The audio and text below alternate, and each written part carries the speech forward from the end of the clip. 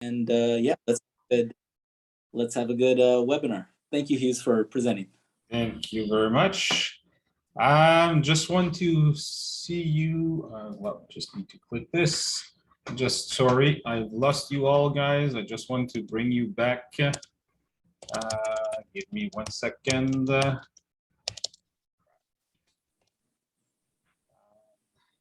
Why don't see you? Participant. I want to see you all. Here. Okay. So welcome everyone. I just want to show the video panel. There you go. There I see you. So today is tonight, or tonight for me, afternoon for you, wherever you are in the world. So welcome. Thank you for the San Diego chapter for having me today. Yeah, the topic, you've seen it if my remote could work. I was working 5 minutes ago. So basically, I'm going to talk about SCOR, really the approach that will help you look at your supply chain from a different angle. So we decided to say the title, "The Way to Fix Underperforming or Broken Supply Chain." The past few years was quite challenging with COVID for the supply chain. In my case, as well, my company Trinketis, we've been called in helping businesses to help their supply chain being more resilient. So leveraging SCOR day in, day out was the approach that we've used at Trinketis. So quick introduction, who am I? Then I'm going to ask you who you are. You'll see that. The SCOR part of a whole, in meaning the what SCOR brings into the sustainability framework. And from there, I'm going to present you how I'm leveraging SCOR with my partners, with clients, so a real case example. And finally, a brief conclusion. Good. So this is my setup for tonight. I'm in Orangeburg, New York at the client site, and I'm in an hotel room. So I tried to set myself up for a successful meeting. So I'm sorry, I'm juggling with my devices. I think we'll be good. I'm Hugh, or Hugh for English-speaking people. So Hugh Jackman or Hugh Grant. I won't talk about US nerds too old, but you can call me Hugh or Hugues if you want to practice your French. Was supposed to be accompanied by my partner, Frédéric Gaurier. For those of you who've been in the multiple conference, Frédéric is a regular speaker at the ACM conference. He's back in Europe to a customer site. Would have been 3 a.m. for him, so he apologized, but he won't be here tonight. So who am I? I'm more than 25 years in the supply chain game. I'm working on business excellence, looking from strategy to execution. I consider myself as a supply chain forensic, data forensic, and I'm a kind of little geek. I'm also ASCM instructor, well, SCOR instructor in there, and I'm also teaching as a well, what's it in English?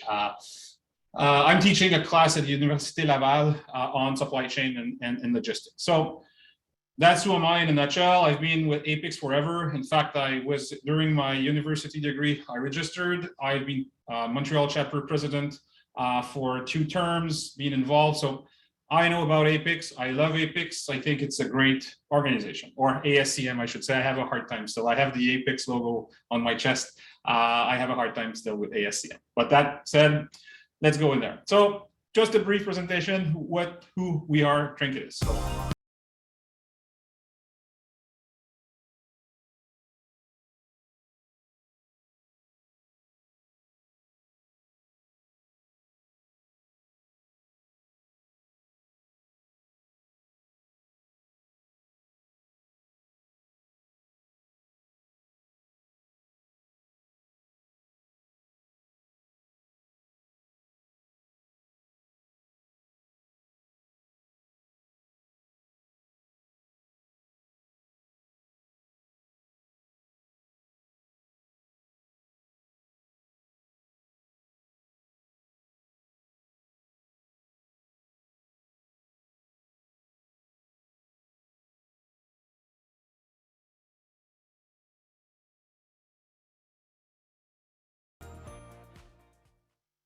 So you must say what is that word trinketis? I don't know if some of you have been to Barcelona, Park Güell, Mr. Anthony Gaudi. He basically invented this type of art called a trinketis, which is piece of ceramic that put together make a sort of art. So that inspired the name of our company, because when we're looking at processes or supply chain, there's multiple pieces that at one point make sense to work this way, but those processes or those elements that are no longer pertinent needs to be removed and put something else. So that's basically why we call the business trinketis. So what about you? So guys, get up your cell phone and go on the site there. So you can take your cell phone and scan the QR code. It will bring you on WooClap. It's a small survey just to basically get some news about you. I'm gonna just switch to the website for the first question. So let me know if you have a hard time to scan the QR code or entering the website. Hughes, I followed the QR code, and for myself, it says raise your head. There's no vote in progress at the moment. Okay, give for this one the BRBI well. Yes, this one here. Let me see. Oh, okay, it didn't start. Interesting. Give me 1 sec. It timed out on me.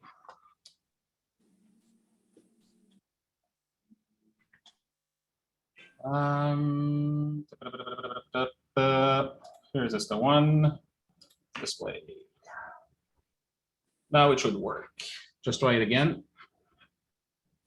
I'm sorry, I just have the screen is so big here. Does it work, Brian? No, the questions didn't come up for me. Let me try. Oh, there we go. Here we go. Yours. What's your role? I got it. Yeah. I think it'll work for everybody. Thank you. We have a list of roles, so that's the first question. Then you click. We're going to click next, and you'll have the difference. So we have what 15 participants, Brian, roughly. Correct. Good. So we have 9 logged in.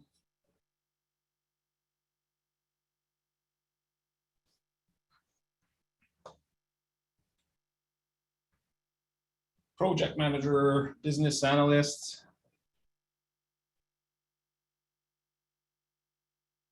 Maybe I didn't get all the supply chain role, like just put a list out there. Hugh, is it just the one question? Yeah, there's another one just after. Huh. Yeah, it doesn't, at least on the phone, it doesn't give me a page option. Oh, really? You didn't get in? It says waiting for the next clap. I don't know what that means. Oh yeah, but that's the next. That's the next. Have you answered the first question? yeah, just select the role and Yeah, that's it. there- So it's got. I just need to wait for the next one. Okay. Yeah, it's one after the other, Peter.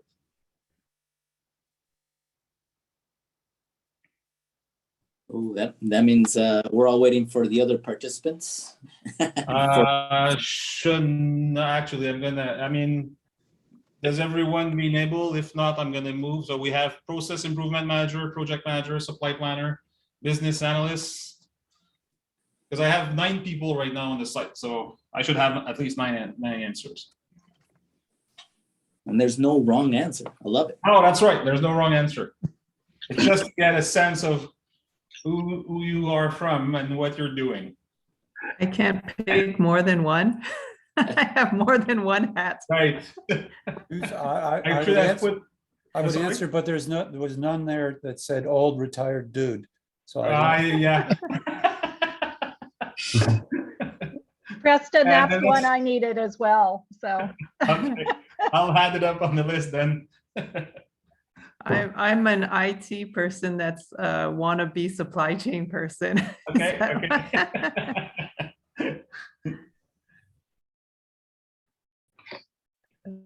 So 2 to go. This is cool. Use. It's very high tech. Someone in the chat can get it. Fractional CPU. Okay.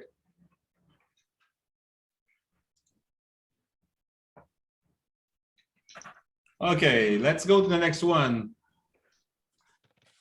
So which ASCM or EPIC certification you want? So none, but after this, I'll want them all: CPIM, CSCP, CLTD, SCOR P, demand-driven planner. So choose the one that you are owning or you wish to have.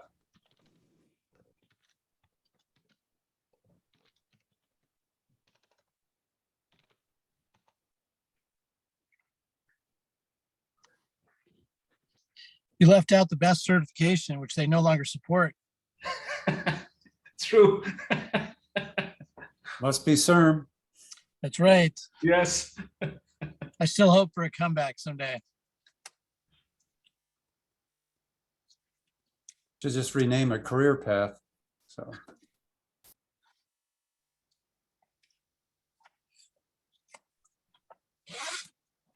Okay, good stuff. So, well, and that's a good right, Preston and Brian. Now you know exactly where people sits, and people may want more certification in the crowd. So that's pretty neat. So let's go back to the deck here. So first thing first, let's make sure that we're talking the same language. Well, you're all supply chain professional, but I just want to make sure that we're all lined up. So supply chain, ASCM definition: the global network used to deliver products and services from raw material to end customer to an engineered flow of information, physical distribution, and cash. Supply chain management: the design, planning, execution, control, and monitoring of supply chain activities with the objective of creating net value, building a competitive infrastructure, leveraging worldwide logistics, synchronizing supply with demand, and measuring performance globally. And then SCOR, the supply chain operation reference model, a process reference model as the standard cross-industry diagnostic tool for supply chain management. It describes the business activities associated with satisfying customers' demand, which include plan, source, make, deliver, return, and enable. Use of includes analyzing the current state of a company's process and goals, quantifying operational performance, and comparing company performance to benchmark data. It has developed a set of metrics for supply chain performance, and ASC members have formed industry groups to collect best practices, information that companies can use to evaluate their supply chain performance. So that's, in a nutshell, what SCOR is all about. And that's the starting point when you look at the supply chain definition, the supply chain management. You see in the supply chain operation reference components of the definition of those, the previous two. So SCOR is part of a whole. Before going down to what SCOR is all about, let's ask us the question: where do we fit as supply chain professional into our context, in the world, and into our business context? So the million-dollar question: what is the relevant level of profit that we need for our company, for our business? So that's the question that we should ask ourselves when we're looking at our supply chain, to which extent we want to go to there. So when we're looking at supply chain, or I mean, not supply chain, but as our organization, our business, or who we are in the world, I mean, it currently is. We need to build a bridge between three elements.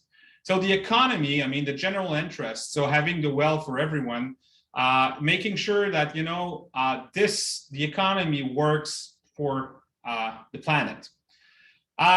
Also, I mean, our daily income, the business for sure has an impact on how we're going to make our living as individual. And also in terms of the social science and biology, our experience. So we need to get these three elements to cross the bridge.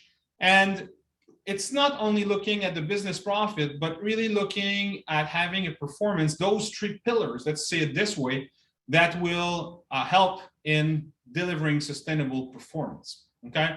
So really, we need to bridge these three components as a whole to make sure that our organization will work properly. So got an example of one of our clients, Clarence, where they basically looked at it from an economic standpoint. Yes, they have X percentage of profit, productivity, optimization. I mean, they're looking at it from a financial straight point forward. But they also look at it from a social standpoint, having EcoVadis, using fair trade, having full traceability, safe formula, getting survey, getting a sense of how they have an impact around on their world and when they're doing pharmaceutical or cream and stuff for people. And environmentally, they're going on to get the B Corp certification, looking for carbon neutral, having sustainable sourcing. So they're looking at it from those three pillars again, the economic, how they can influence the environment in moving forward. So that's one of the examples that the client that we're dealing with, and we're proud of dealing with Clarence from a Trinketis standpoint, because we feel that they're lined up with those three components. So again, the three key elements are for our trip on this planet. Well, each of us can act on it daily. Okay, the engine is really each of us to act on a daily basis. The fuel, well, basically it's the result that we obtain, and seeing that some organization and even some community are able to make things happening will basically get us to the goal to preserve our humanity and the planet. And when you look at this, it's pretty, I told at the beginning of the conference of just before with Preston, we had tornadoes in Quebec and the Eastern Canada, which is pretty rare. And I mean, we know that there is an impact from the human being on the weather there. So here's an example in East India. I don't know if you've seen that, but I mean, early in April, they had, well, 35 degrees Celsius, 95 Fahrenheit, 104, 113, 126. And when you look at this, it's basically quite an impact. And we need to look at this as a whole, not only, well, I'm in Montreal, or I'm in New York, or I'm in San Diego. I mean, we have a role to play in there and see what's the impact that we're bringing on the planet. So we need to keep that in mind, because we are seeing more and more of those events. So it's going to say, hey, what's our possible power of influence? I mean, you're sitting down on APEX or ESCN chapter, you know that, well, Preston is doing a good job and putting in place this journey or this path of learning for all of us. I mean, that's something that can help. So everyone has a role, and we have some influence with our association all together to be getting as a citizen to City Hall or government, and also working as volunteers in different organizations, and as a consumer, make right choice, sharing buying locally, looking at investing in businesses that are sustainable. So let's look at this, and that's how we will have influence. I mean, now you'll see more and more banks are talking about the ESG, the environment, sustainability, governance, as a metric they want to put in the financial statement of business.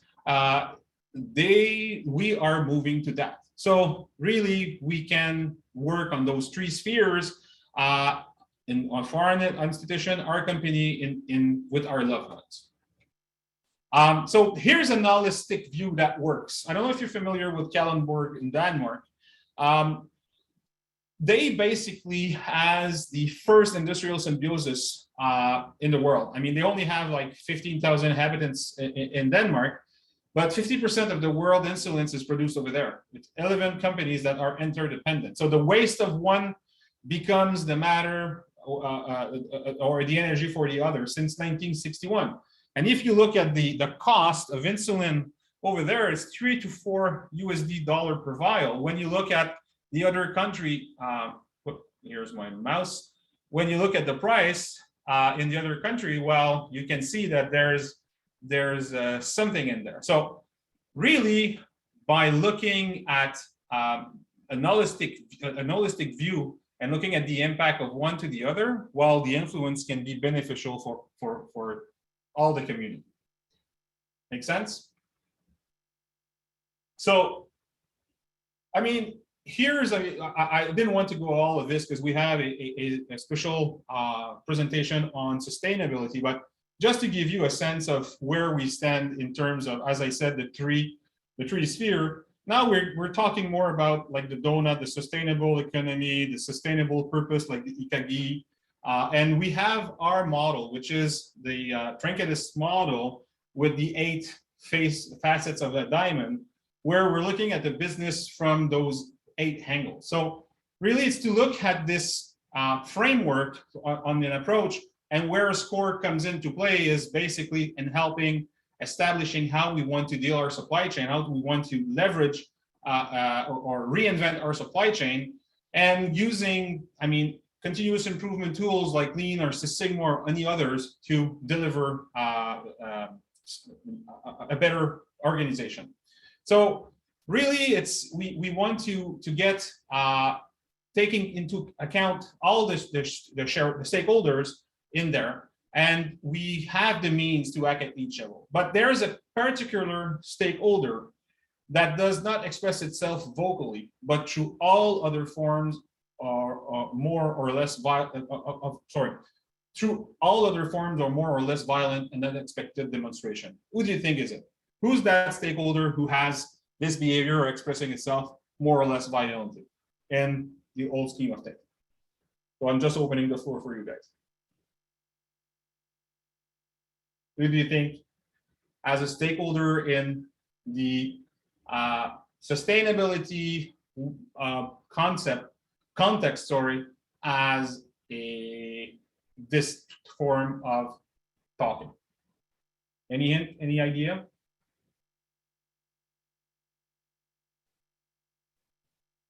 No? Are you there? No guesses on my end. I don't even. The customer. No. The environment? Close. Close to that, the environment, but what's even bigger than the environment? Climate system? Close. The planet has it. The planet. Planet. The planet has it. Like, so the planet is quite a stakeholder in here. And I mean, I lived back in Montreal over the weekend with the tornadoes. I mean, was like, wow, okay, there's something happening here. So from there, it's more like my brief introduction on the sustainability and how we're going to deal with it. But when you look at SCOR and when you look at I'm going to go through our model, the facets there, but I want to more focus on SCOR to say, well, when you look at the business, basically, we're looking at, well, the business from its vision and its leadership, the processes, and sorry, it's in French, I should have translated it. So the process, people and competencies, knowledge management, KPIs, information system, continuous improvement and organization.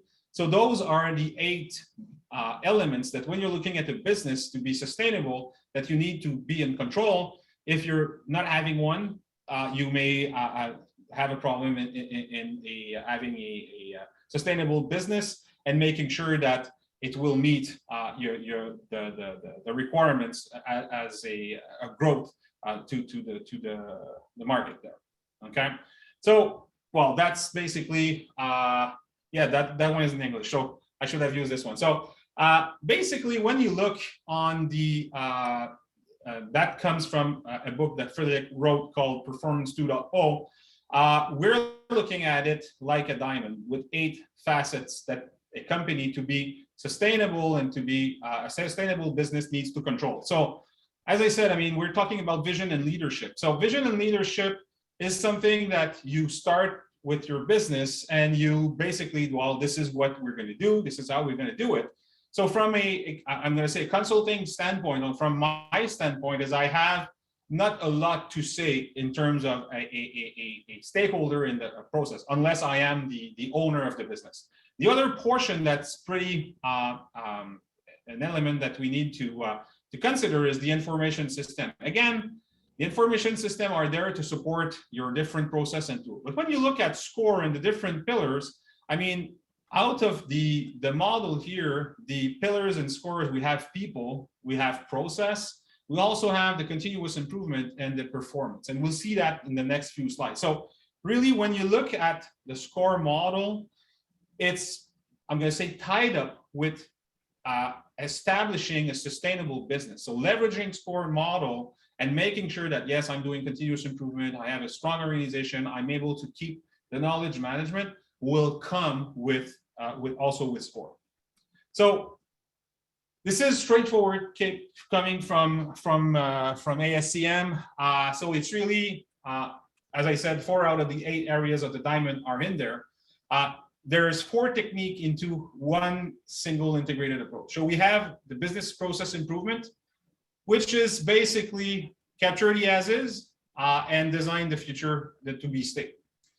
The good thing as well is these guys that when they start a supply chain console and they worked it out, they're saying, well, we need to compare each other. So we want to make sure that we're capturing the performance and being able to benchmark ourselves from one against the other. So really quantify our performance with similar supply chain.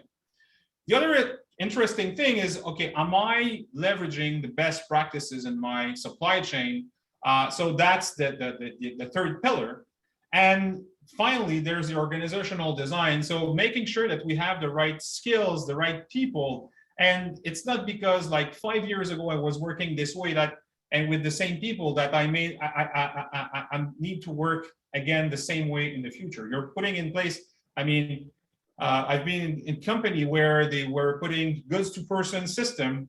Well, now all of a sudden, people who are doing pick, pack, ship or running around in the warehouse now are in front of a machine that brings the goods and they're just boxing it. And they just realize that, oh, all of a sudden, there's a different approach in dealing with the business. So when you look at the framework and when you look, I mean, I'll share some link after, but when you look at the reference card that you'll have, well, there's those 4 pillars: the process, the performance metrics, the practice, and people and skills. And we know that there's currently a revision ongoing. I'm not sure about the green score per se, but we know that there's something in terms of the process, some maybe a renaming and additions. Same thing for the practice, because you know it's evolving every day, and same thing for people and skills. So there is some stuff upcoming. I don't have the detail. I know that Frédéric's involved. I've been asked to be part of it, but that's something I haven't seen yet. So that's what it is. So pretty sure you've seen that before, the typical SCOR implementation benefits. So average operating income improvement of 3% to sales, so I 4.5, low 1.5. Inventory turns improvement of 20%, delivery reliability improvement of 25, 20% improvement in flexibility, 30% in faster system implementation with 30% more functionality. And I'm telling you, these days I'm in a project where they should have used SCOR to establish their functional processes. Continuous improvement portfolio refresh at a value of 0.5%. Mitigation of cost associated with risk management as well. It's in there. So those are typical SCOR implementation benefits. So from a vision and leadership, so I just want to go through the facets of the diamond facet again. So you know what the vision is all about. So it gives a meaning to all the stakeholders, and we need to consider also the planet as such in that vision statement. Also looking at the people, planet, profit, the triple bottom line. So look into this, and also from a decision-making standpoint, having the decision maker 4.0, pretty sure you heard that. So the head, heart, guts, and communities to be involved in that. So again, an example of one of our clients, I'm leveraging Clarence, they're basically having in their mission these type of elements. So they're looking at the planet, their promises is caring for people, caring for the planet, and they're basically having their values about the respect, authenticity, cooperation, audacity. So they've put this in their vision, and the leadership is attached to that mission, that promise, and the value. So I don't know for you guys, if you're looking back at your business, what are the promise or vision? Is the planets in there? If not, ask yourself, can we add something in there to respect the planet and being more sustainable? Okay, so that's basically what they can put up. So they basically put a strategic role, a strong strategic roadmap for the next 5 years to bring that as a reality. In terms of the performance now, basically it's really the thermometer of your business. So performance, you'll see with SCOR, we're having a stream, a pillar on performance, but now it's really to look at it from a linking one measure to one strategic objective. Again, trickle income statement, social, environment, economic, like we saw earlier, and having the right indicator. So having an objective and having those, limits, the alert limits, the top and bottom, or the upper and bottom limit, and looking also at true version, like what I've budgeted, what is planned, and what are the actuals, so just to readjust. So look at this as the performance in there when you're looking at not only your supply chain, but your overall business. So again, Clarins came up with this, where they're basically looking at the global skincare authority and a major makeup player. So have X% of our online sales made on our own Clarins.com website, become the best in class in customer intimacy. So make X% direct to consumer, the NPS and stuff.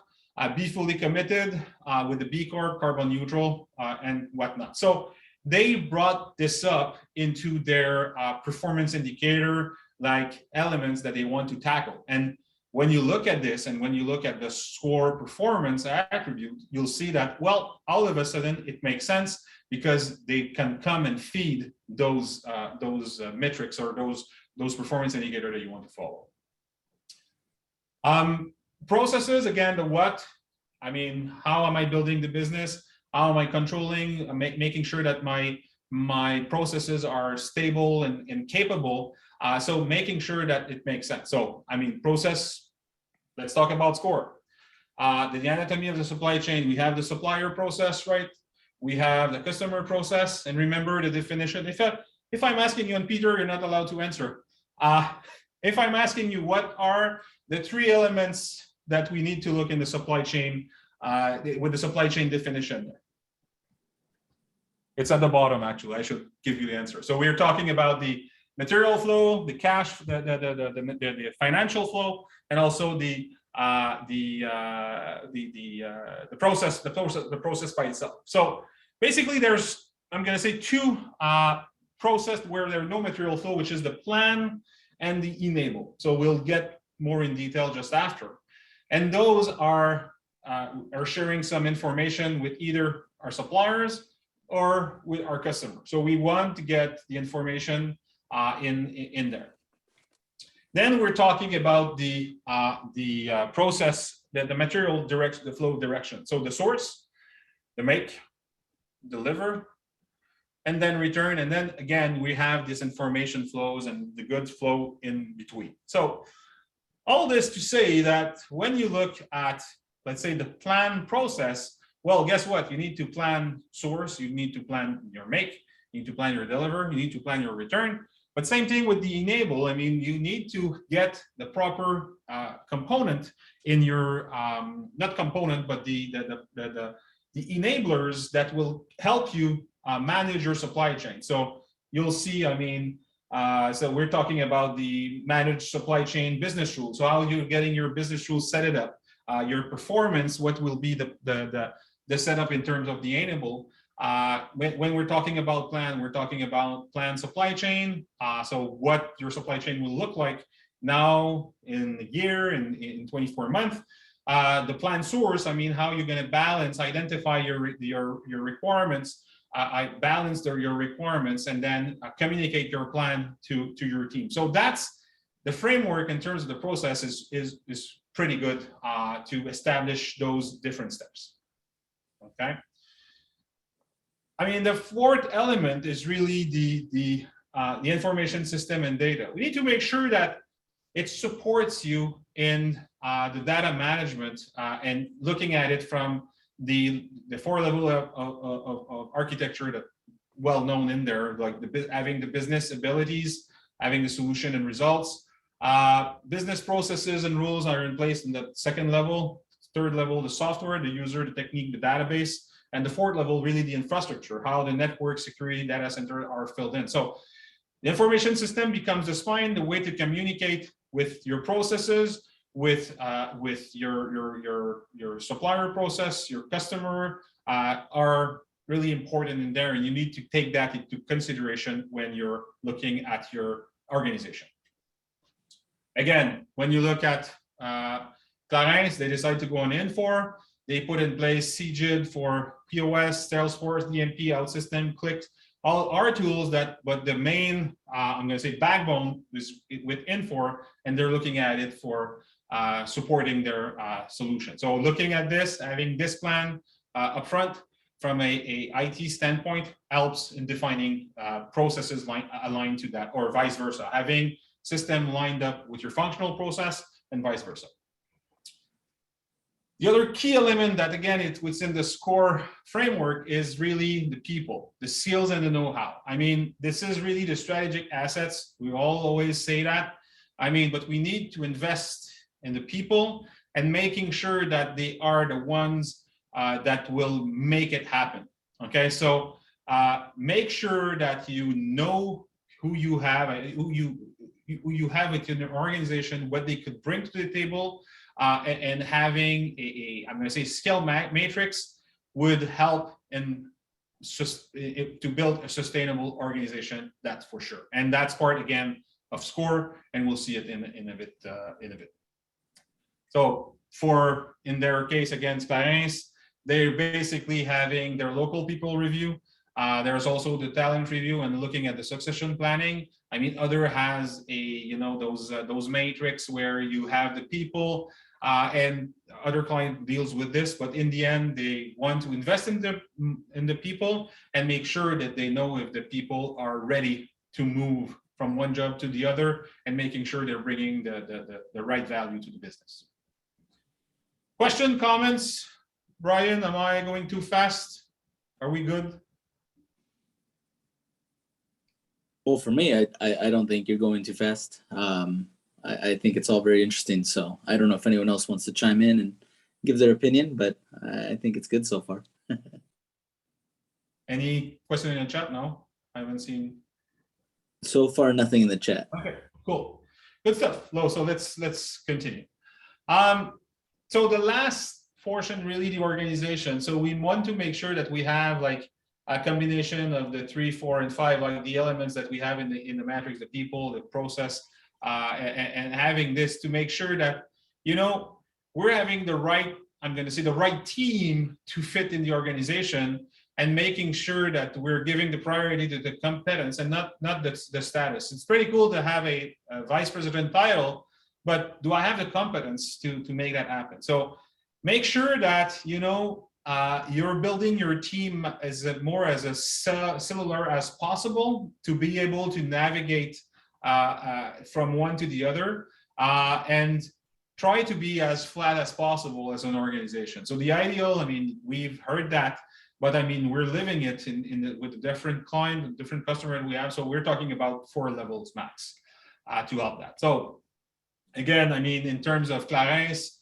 there is the founder's mentality, having a owners, well, making sure that everybody has the owner mindset, having a frontline obsession, insurgency.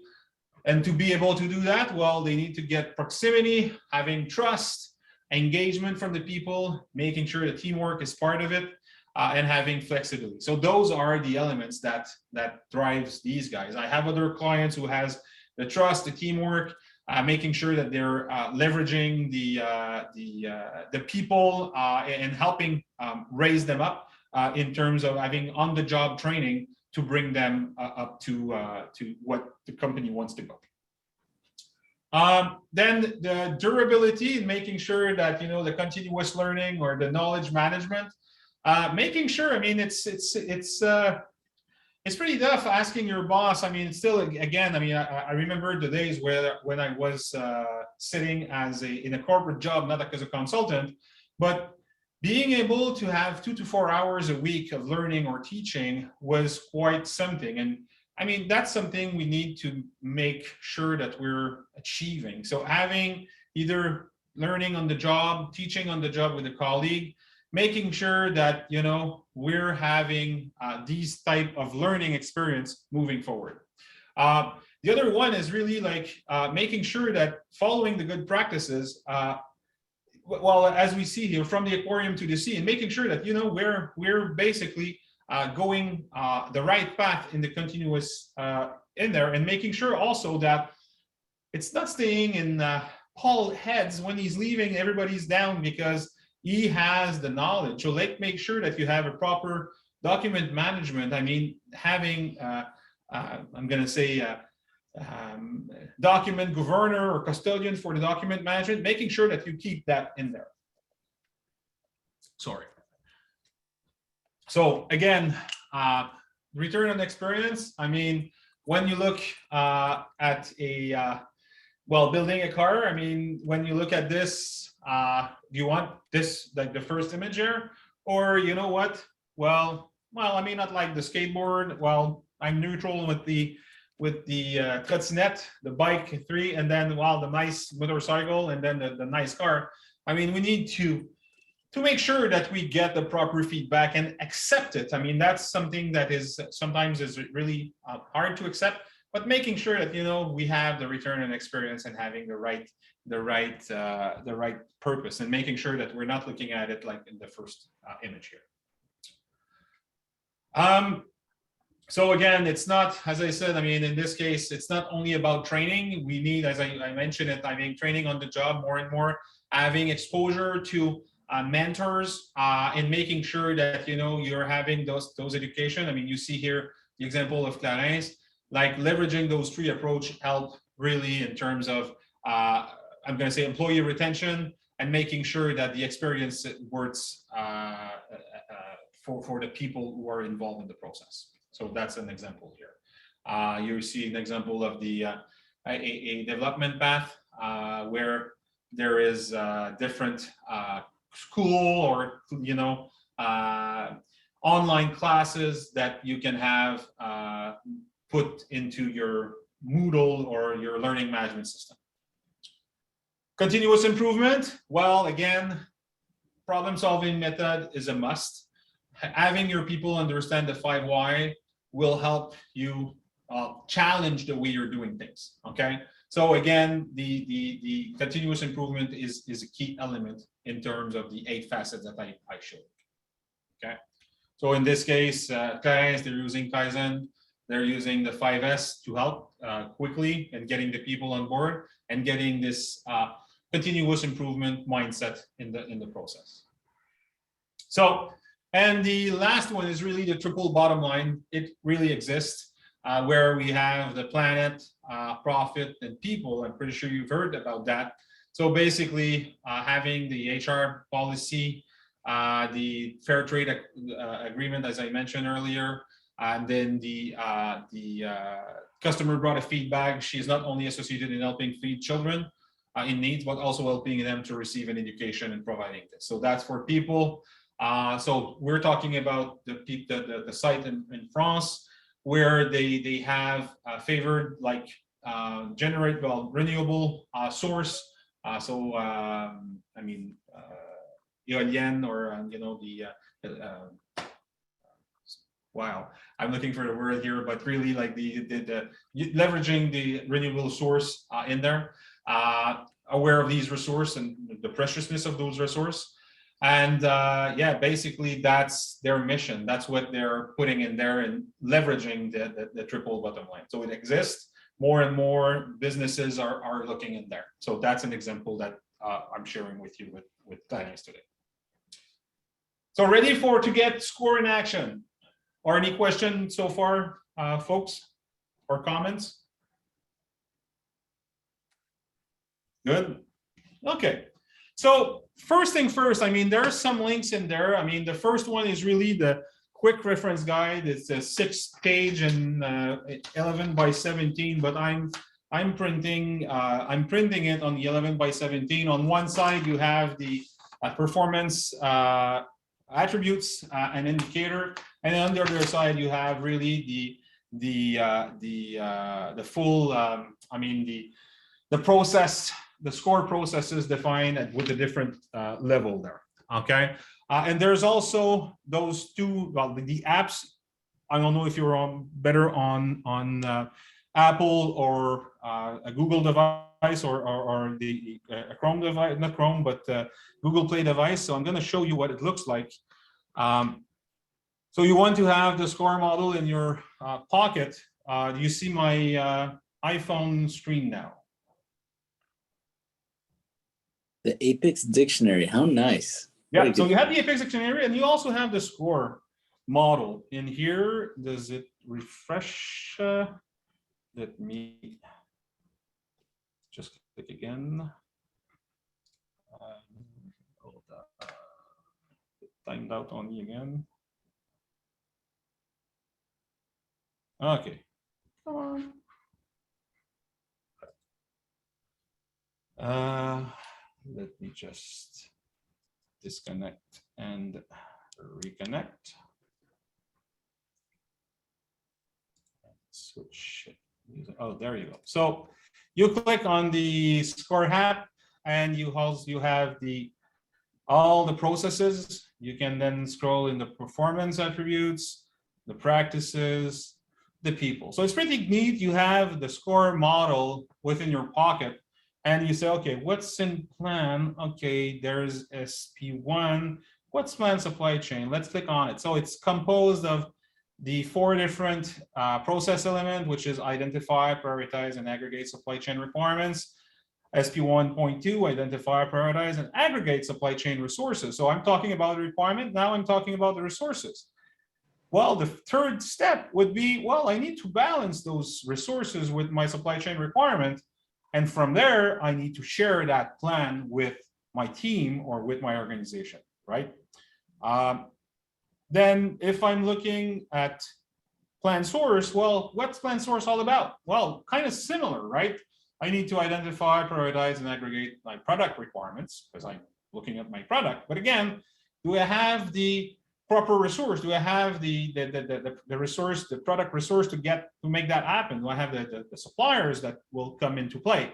Then I also need to balance with those product resources with the product requirement and then establishing my sourcing plan. So leveraging this little app is pretty cool because, well, all of a sudden I have the model in my pocket. So that's for the process. Let's talk about the performance attribute. So let me go back here. So we're talking about the performance and we have the top 3 which say where our customer facing, where we're talking about reliability. Sorry, my phone just synced. We're talking about reliability, we're talking about responsiveness, and we're talking agility, which are really, let's say, customer facing. And the bottom 2 will be pretty cool for your CFO about cost and asset management. But what's composed in reliability? So you'll see RL 1.1 is the perfect order of fulfillment. But what does that mean?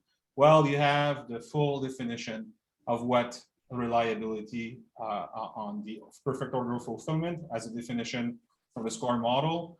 So the total perfect order divided by the total number of orders multiplied by 100.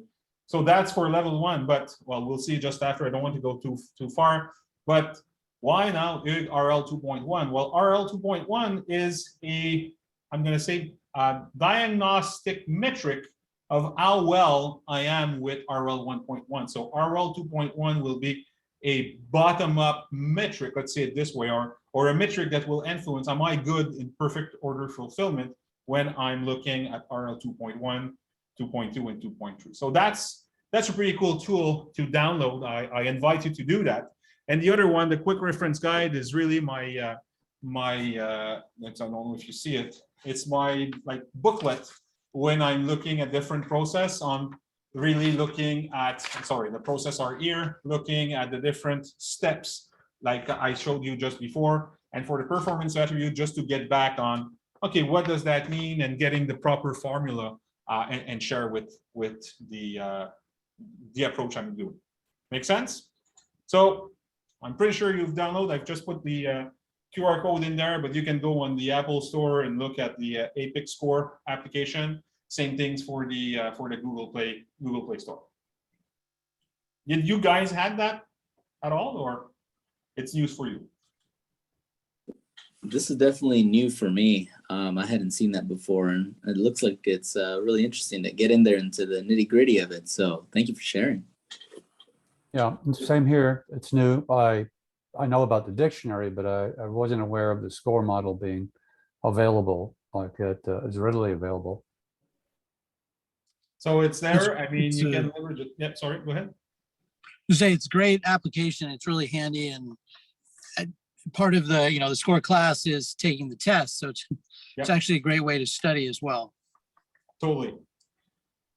Hughes, there's Yes. something that I'd like to share, and I hope you've seen it before, but I'm going to just put it in the chat. It's actually an open source of the SCOR model on the website, so you can actually drill in on the website of ASCM.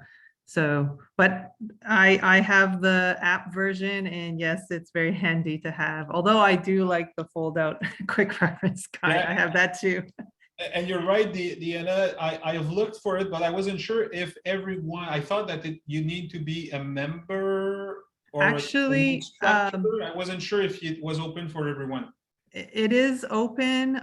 You still need to submit like a email address. Okay. So, but you don't have to be a member of ASCM. So Okay. they still want to know, I guess, who you are Yeah. to access it. But that's a new thing. It's open source versus, so many years you had to be an official member.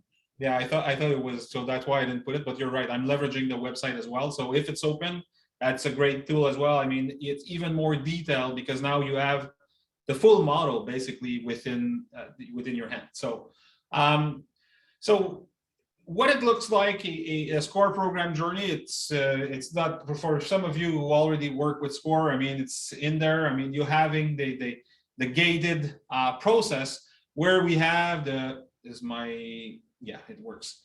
Hold on, that's not the one I want. So we're talking about the pre-SCOR program step where we have what we need to achieve or the outcome and what is the inputs. So making sure that the people has the proper education about SCOR, identify the organization, the motivation, and then we're going in the second step, which is set the scope, the first letter of SCOR, where we're again looking in internal the internal lane, which is the input and what will be the output of it.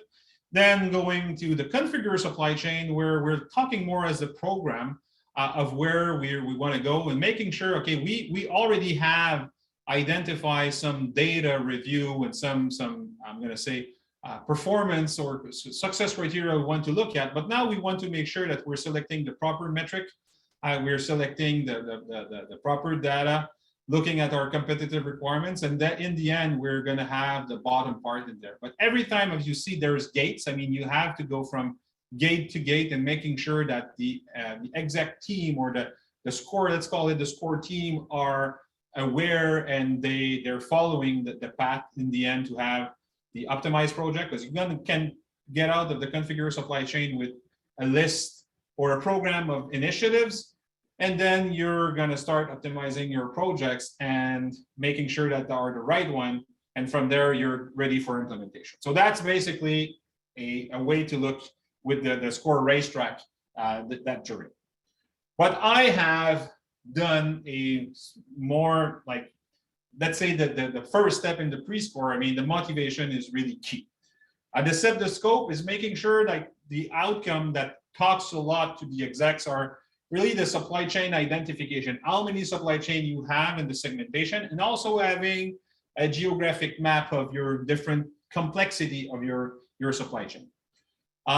The other one, like the configure supply chain, it's really to get the metrics definition and selection, the main outcome, what you'll use on the benchmarking, and get a gap analysis around it. So that's the way I'm leveraging it.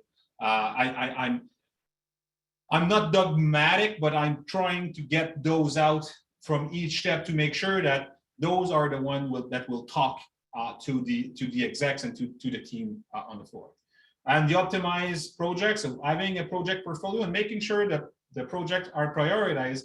And when I'm completing one, making sure that, leveraging and like say an agile approach and making sure, well, does the next project make sense, or we need to get another one before? So that's again the optimized project, and in the end, ready for implementation while doing project kickoff and rollout. So I'm going to show you basically what it looks like from a Trinketist standpoint, dealing with our client leveraging SCOR. So, but just before, let's have a small question about your motivation if you had to start SCOR. But let's look at this small video here.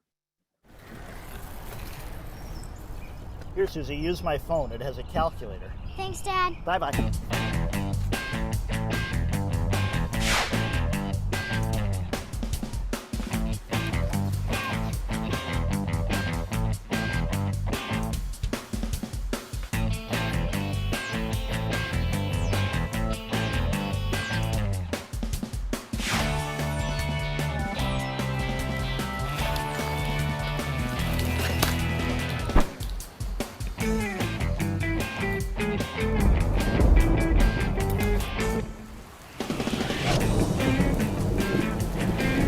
There has to be a better way.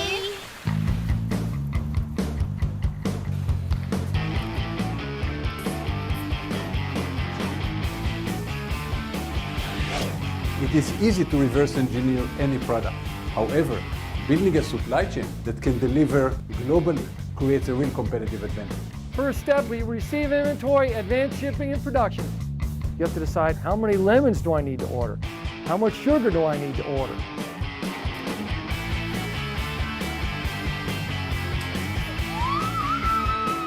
Where do you want to go? How about in the shack? Sure. My lemonade stand is gonna rule. Order they?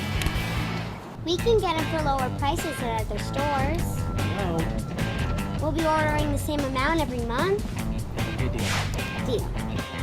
What is your best price for 10 crates of lemons? 300? Can you match it? Sure.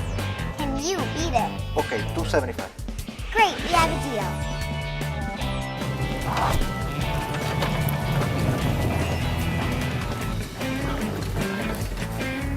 How may I help you? I'll have an espresso, please. Thanks. Have a nice day, sir. Thank you.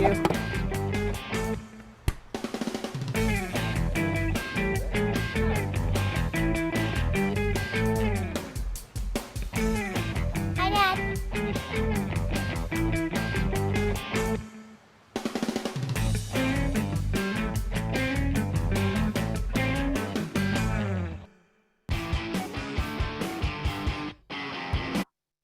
So that small video is all about the motivation. So we see the kids going out and find ways in doing this. So that's again an ASCM survey, but I'm going to run it by you just after. So the top motivation to use SCOR coming from a survey being done a while back, and I think it hasn't changed. So it's really to, well, first, building a technology investment roadmap, in search of ROI for capacity, creating a supply chain strategy. 4 was implementing supply chain performance improvement.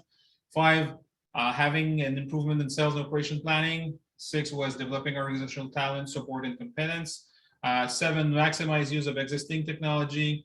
8 was achieving operational excellence. 9, due deal as part of merger or acquisition. 10, globalizing and managing business processes.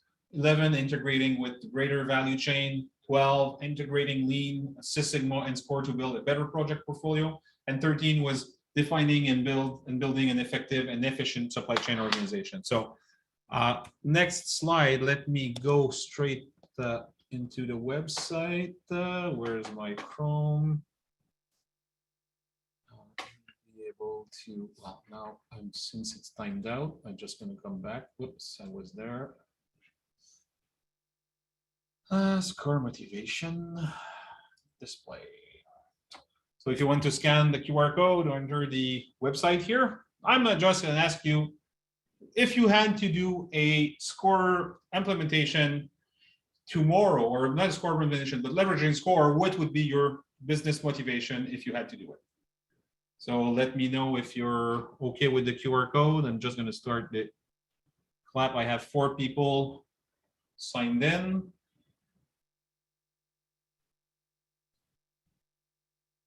5.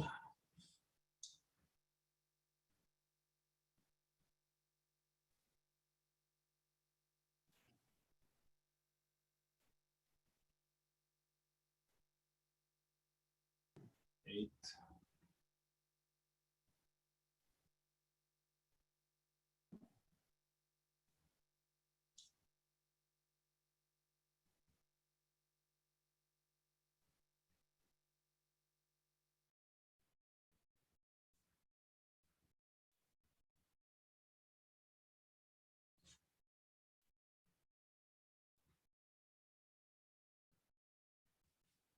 There is your second. I have 11, 12 players. How many were we, Brian? 15? We're at 13 participants here, so Okay. Okay. So 13 participants, including me, so we have full house. Let's go. So what is your supply chain improvement motivation? If you had to choose between the 13 there, maybe it's not in there, and we can discuss it maybe after in the Q&A, but what would be your supply chain motivation if you had to do it?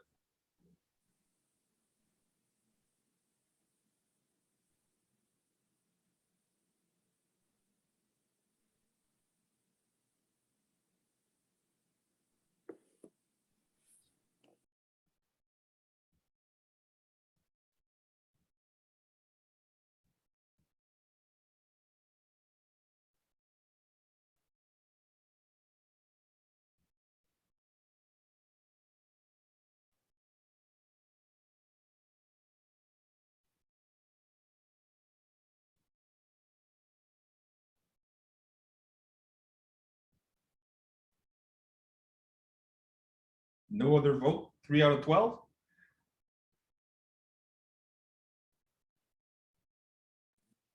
maybe we need a ranked choice.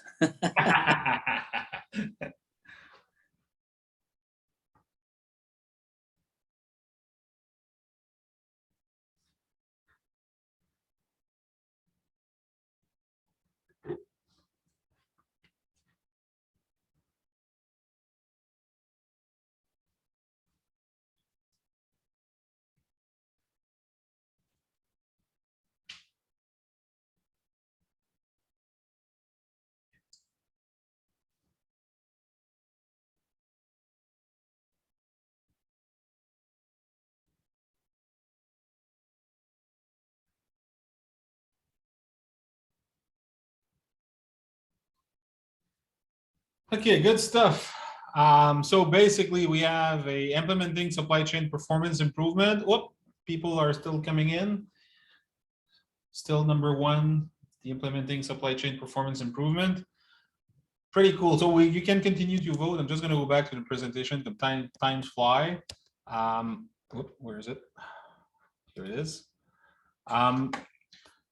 So really, like putting in place the supply chain performance is really key. One of the elements that we're starting when we're looking at the SCOR model, the performance attribute, as I mentioned earlier. So instead of the scope, we want to establish a supply chain segmentation and also establish a footprint to represent the supply chain complexity. So having a picture of our supply chain. So I mean, we can use, I mean, if I'm asking you how many supply chain you have in your company, so can someone throw me a number about how many supply chain do you have in your business, in your companies right now? Anyone?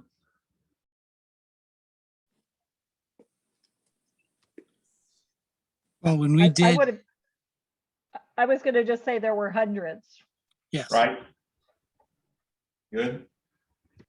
Can you believe that I'm going to a customer and asking them how many supply chain do they have, and they always say, they start to say we only have one, and then I'm asking them, well, do you accept return? And they say yes, and then suddenly, oh, I have two, and then suddenly they say, well, you know what? I have a segmentation by customer, or I have a segmentation by product family, and now all of a sudden, all these become potential supply chain, and that's basically what the challenge from us when you're looking at the SCOR model. Well, which supply chain, how many supply chain do you have, how you look into it?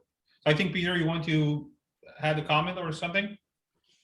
No, I was just going to say one of the values of SCOR, certainly I've found, is that it's true what the other person said, is that you end up identifying hundreds or even thousands of supply chains, and then you realize how complex managing your entire set of supply chains is. And then, you know, the big step once you understand SCOR and apply it is you can begin to consolidate those down into supply chain types or some other way to bring it to a more manageable way to not only understand your supply chain, but to make it better. Yeah. So I'm gonna skip the next full clap because it was about a question how many supply chain you have. So we did it all together. But here's an example of our first discussion we had with a client. So they had basically 248 potential supply chains. And they were looking at it from an industry segment or, whoops, sorry, I'm just going to switch my pointer here. From an industry standpoint, then the subfamily, also by region, North America, Europe, LATAM, like intercompany, the Asia market. It was totally like looking at it from a make only, a make or buy mix, whatever. So looking at this with the 248 potential supply chain was totally like crazy. We were not looking into it. So we just looked at it from the different grouping options. So we've explored various grouping options. The first one was, well, a customer focus. So result likely in 10 supply chain. It was the remaining challenge was, well, we had some product component combination. There was some inability to split the resource during this way. And it was an unstable logic by customer segment, like if a customer segment changed to LATAM. So the other option to look at it was a functional focus, the manufacturing process, and result likely in 7 supply chain. But the remaining challenge were the silos within each value, the value chain or the supply chain, no end-to-end view to the customer. And it was really difficult to synchronize for the lead country or the artificial split in terms of the functional there. And then the option 3 was the planning type focus, while resulting in 8 supply chain. And the remaining challenge was, again, difficult to synchronize products from different supply chain for a customer. And it was not the way the products were sold in the catalog. And we wanted to make sure that we're addressing it. So we came up with a hybrid of the functional focus and the planning type focus. And it went pretty well. So instead of looking at 248 supply chain, we ended up looking at well, when we do the math, 8 plus 7, 15, but we ended up with 13 supply chain to look at. And it was quite reasonable for the complexity that they have. So that was a game changer for them looking at it, instead of trying to look at the 248, looking at it at those 15 and lining the business around that was really key in the project. Then the eye opener. I mean, they never, ever had put on a map their complexity. So leveraging Google Map, I know, Peter, you showed me how to use Batch Geo. It's a nice tool as well. I'm leveraging Google Map because, I mean, most of the client has their site list. I'm just pushing the list to Google Map, creating my own map and generating the different criteria. So you have the little icon where I have the supplier, customer, the interco, and also the plant. So you can see they have plant all over the place. Most of the time, they have a plant that's doing interco between the company. And then when you look at this, wow, there's multiple sites. Yep, right. But when you look at the flow complexity for the France plant, you can see that they were basically doing interco to Argentina, as well as in the US.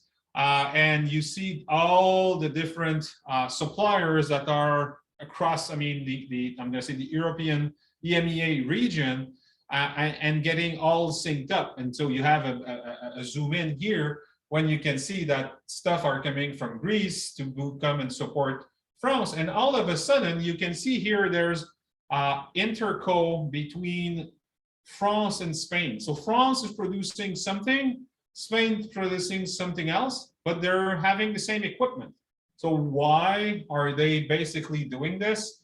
Asking question, nobody knew. But now all of a sudden, they just realized that they were duplicating effort. It was not even leveraging one site for capacity versus the other. It was totally unseen. They were doing it. They were sharing components instead of completing the full product in Spain or the full product in France. So they stopped this link here in between. So that's an example that the flow complexity on the map is really an eye-opener for the people. When you get to the configure supply chain, well, really the metric definition and the selection, also looking at the benchmarking and the gap analysis. So One good and funny thing to have is to have the executive team in a room and asking them, okay, what are the attributes that you're looking at? So we're basically training them about the SCOR performance attribute, as I mentioned, the customer facing, which are reliability. When you look at the model, it's the initials are RL, the responsiveness, agility, the cost, and asset management. You start with that, you're explaining what it's all about, and then you're asking them in terms of those attributes, what are the metrics? So you're explaining the perfect order fulfillment, the agility, so all the level 1 metrics, showing them these components, and then just giving a sense of what it's all about. So when I'm looking at the reliability metric, for example, I have the level 1 diagnostic metric, which is RL 1.1, as I mentioned earlier, the perfect order fulfillment.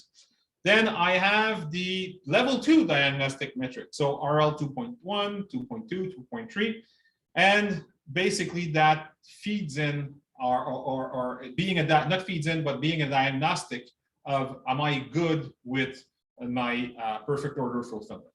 And then you have the level 3 diagnostic metric, which are, again, there's a list in the SCOR model, but you can also add elements that are specific to the company that will drive the reliability in that context. So, but keep in mind that a level 3 metric is a diagnostic of what's happening on the level 2 and level 2 on level 1. So you're able to do the seeing the from, I mean, I'm a master Lean Six Sigma black belt, and when I'm looking at this from a data standpoint, I can say, well, there's something wrong. Let's go down to the level 3, what's going on, and see what's happening there, just to basically roll it up and understand which area to focus in the business. So that's really like the first step I'm doing with the team, the exec team, when starting a SCOR journey. So, and I'm asking them now, where are we going to focus? And we're asking them, okay, you have to choose with one, which one you want to be superior. So that client I showed you about 248 supply chain, they said, well, we want to be superior in terms of agility, making sure that we're able to having an upside supply chain adaptability or downside, and not, you know, like a 20% range, and not having a lot of impact, making sure we're more agile. So they said, we want to be superior. Okay, good, fair enough. But when we did that, we had the finance people, we had the marketing people, we had for sure operational people. So finance, we're looking at cost, right? And our friend in marketing, we're looking at responsiveness. And some we're looking at reliability. So it's kind of a fun mud fight to look at, because you're looking at the different, I'm going to say, company silos that has a say into it, and you have to make them have a consensus on which one they want to focus from a supply chain standpoint. Then that client decided to be advantage position into responsiveness, and the finance guy wanted to also look at advantage in the cost element as well. So those were the area that they want to focus within their SCOR journey, leveraging in terms of their motivation. So from there, we're taking their value, their baseline, and this is a mock-up from the SCOR mark.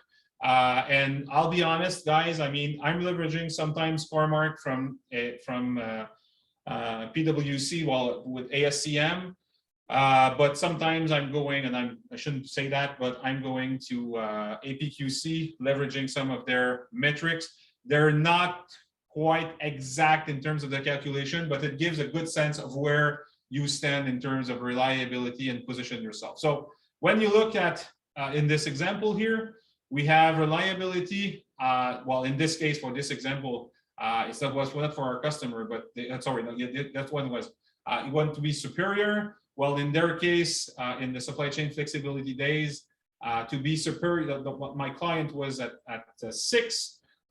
The parity is 25.5, so the advantage at 14.3.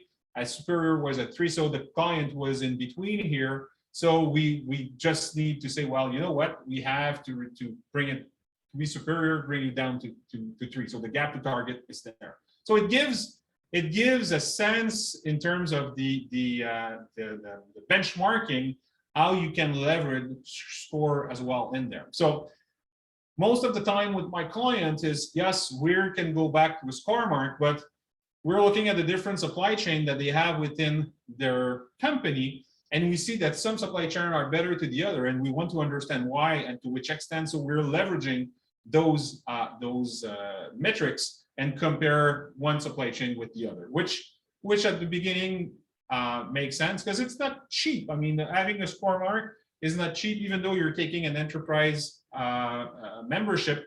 You have, I think, 1 set. And if you want more, and that's another 15 or 20 grand. So you need to think about all this. So, but all this to say that with the performance attribute, you have data out there that you can leverage to look at where you stand from a business standpoint. Okay. So that's really for the benchmarking. Now getting to the optimized project. So you're going to end up with the project portfolio, and you need to prioritize those projects. So how do you do that? Well, here's an example. Basically, they came up with 3 streams: Stream S for strategy, Stream C like capability, and Stream I like improvement. So they came up with those streams and project, and from there we've leveraged the SCOR framework in making sure that we're getting the tangible results. So that's basically it's not in the month's journey. You can see that there's many months. I mean, it was almost for 6 to 12 months in some of the case, but they have that defined using the SCOR model, SCOR framework. So the selection matrix, again, same thing, having the different initiative, leveraging the result and effort, and putting the dots in there with the project number, and I mean the element that goes in the project. So we've leveraged that in their case. So and from there we're getting the roadmap. So you can see like we had like from Q1 2021 to the 2022, the first 6 months and the second one. So you can see like the different components that they want to look at throughout the process. So that's basically the journey they embark on, and that they're looking to implement. Well, moving this year with COVID, it kind of postponed, but that's basically what they had what they have in the plan. Then ready for implementation, project kickoff, the rollout. How do we do that? Well, basically from a project implementation standpoint, you can leverage your tool that you have within your business, Lean Six Sigma, Project Management Institute, the PMI, sorry, creative problem solving, project management, standard, agile, whatnot, the one that you're comfortable with, and making sure that it's followed through, like leveraging these. I mean, you can sometimes leverage some Kaizen approach to do smaller stuff, but it has an impact on your SCOR implementation. And basically, that's it, folks. Any question at this point? I only have 3 minutes, right, Preston? I was taking longer than expected. I'm sorry. No need to be sorry, but a lot of people have to rush off and have dinner and whatever. But questions, I'm sure there's lots. Hey, Hugh. Yep. What would you say would really help a student be successful going into a SCOR class? What would really help them learn the most and be focused?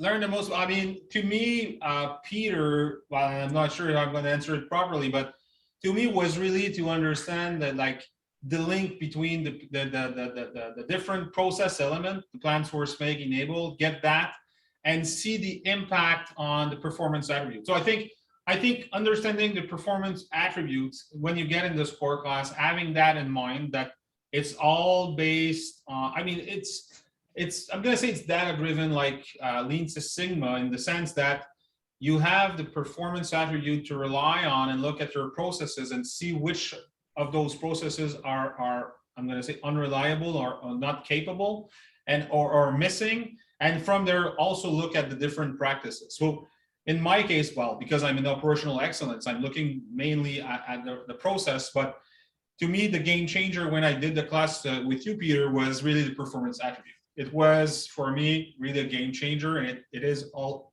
again, today, because data talks, let's say it this way. Does that make sense, Peter? Oh, absolutely. So that was in my case when I did the training with you. That was it. I was going to say, come with a problem in mind. Yes, you're right. Yep. Because in fact, I mean, here's what a mind map that I'm seeing for SCOR. I mean, you'll have it probably with the deck here, where you have the result, the approach, and the framework. So really, that's to me something that you'll have also with the training. That says it all. That mind map says it all. So and you're right. Bring a problem in mind, and I'm pretty sure you'll have one. So yeah, that's key. Any other question, comment?